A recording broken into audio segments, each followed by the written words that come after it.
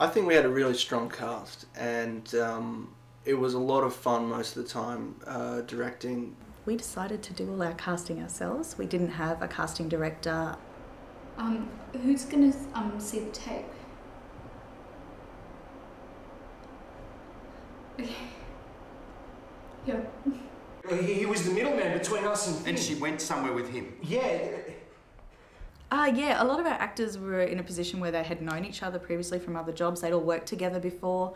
It made a lot of the relationships a lot easier in the sense where, you know, when they had to work together, they already knew each other's acting styles and knew what everyone was capable of. It was just by luck and serendipity that we found Peter Marshall to do Christian, and once we had him, I was like, all right, we can make the film. Everything hinges on him. I mean, every single scene, bar maybe one or two, is Peter Marshall in the center of the camera.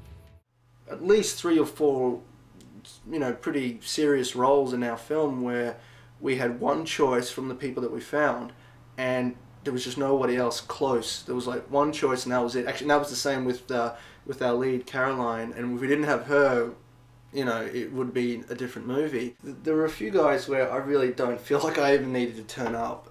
They had it all together. Chris Summers and Everett, they just went off. You think I want to tell you that? Yes, I do, eventually. Listen. Your daughter came to the shoot by herself, mate. No one forced her to do nothing.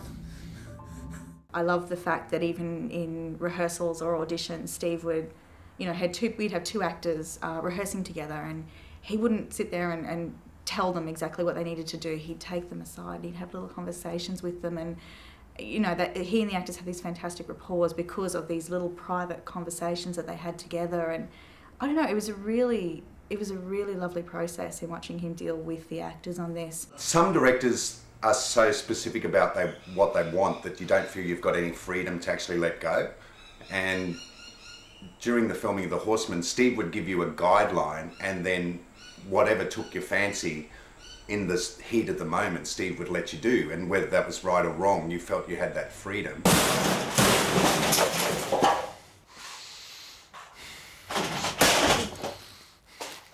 Which in the end brought out some really good performances, I think, because you could just let go and not care.